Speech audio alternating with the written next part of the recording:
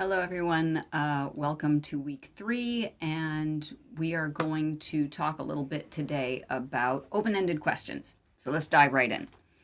What is an open-ended question? Very simply, it is any question that can be answered with anything other than a yes or a no.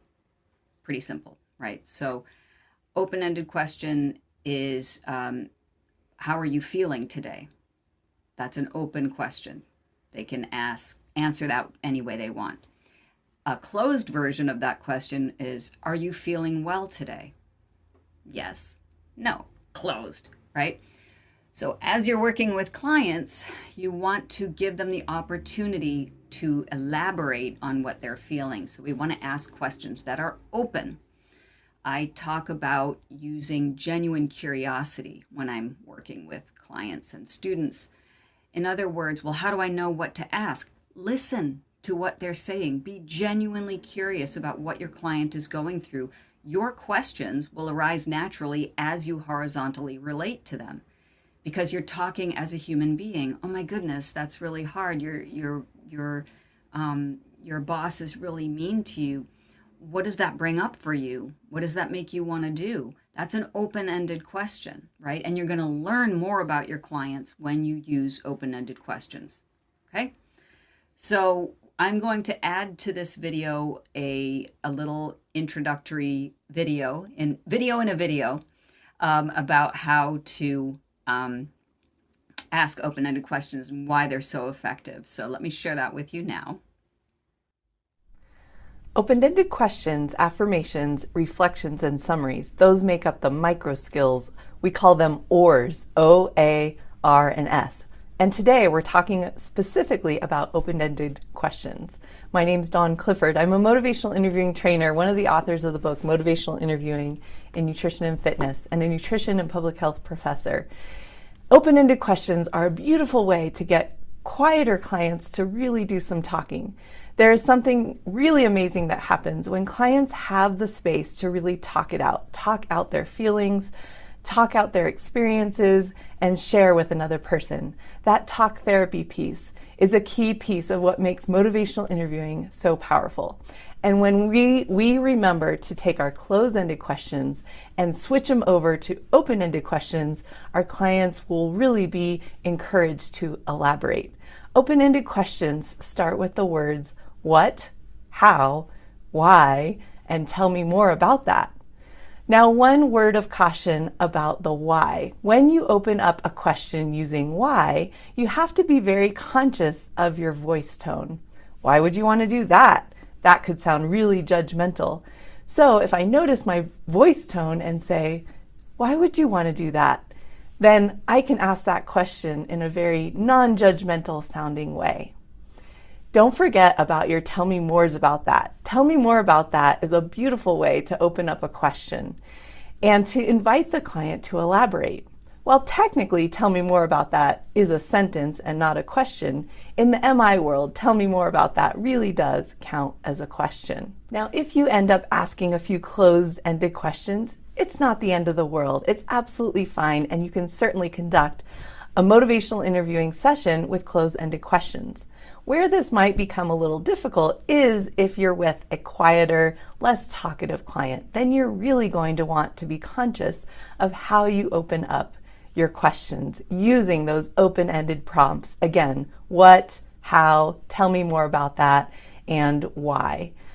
Now, after you ask those open-ended questions, remember the power of silence.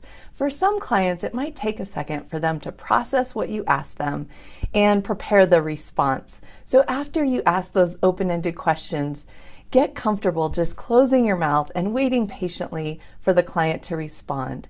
No need to reword the question or try asking it in another way right away. Just go ahead and wait patiently for your client to respond. The power of silence is an incredible thing within a motivational interviewing session, and you'll be amazed at what clients share when they're given the space, when they're prompted with some beautiful open-ended questions to share a little bit about what their life is like, their personal motivators for change, and what ideas they have for how they might go about making that change. They really do come up with some amazing responses when we simply ask the question and then wait patiently for them to respond. So remember, take those closed-ended questions, switch them into open-ended questions, and invite your clients to expand and explore on their personal lives and their experiences when it comes to behavior change. Again, my name's Dawn Clifford, and thank you so much for watching. Open-ended questions is your motivational interviewing tip of the day. Isn't she lovely? I love her. Anyway, that gives you an idea of how to use open-ended questions. I'm also going to share with you, I think I can, I'll attach an example of what some open-ended questions look like, just to give you an idea of general open-ended questions that you might want to ask. Again, these are not things you have to memorize, because when you are actively working with your client, you will naturally come up with organic questions because you'll want to be genuinely curious and learn more about them. So don't think about it so much as trying to get them to answer in a certain way. Just be curious about things that don't make sense to you or things you'd like clarification on. Okay, so again, and this is so important, I'm going to share it again. This is what you are answering. You're going to conduct your session for 45 to 60 minutes. Emphasize practicing open-ended questions, right? That means in your summary, you're going to explain or list some of those questions that you might have asked. That's a really good idea. That's part of your summary. You might also want to note how they responded to those questions. And as always, copy and paste these and put them right into the body of your assignment so that you know you're answering everything. What went well using open-ended questions? What could be improved using open-ended questions? And what questions do you have? Those are for me. They're not for the class. They're for me. If you have questions about how to conduct a session, how to end a session when it seems like the client is going on and on and on, or how do I use open-ended questions better? What are some better questions? Whatever it is, it can be anything about the coaching process or anything about this week's tool. All right? So best of luck this week. Again, you can find your volunteer clients either here in our class, or you can go to the Facebook page, the SWIHA Conscious Community Facebook page, and post and ask for anyone who wants to volunteer. Someone did that this week. Good for you. Or you can use people in your life. But again, I don't recommend you use people very close to you because it's difficult for you to put on the coaching hat and not be the mother or the spouse or the whatever.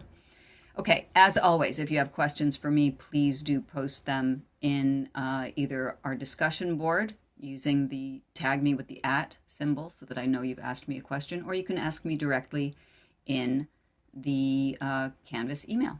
Good luck.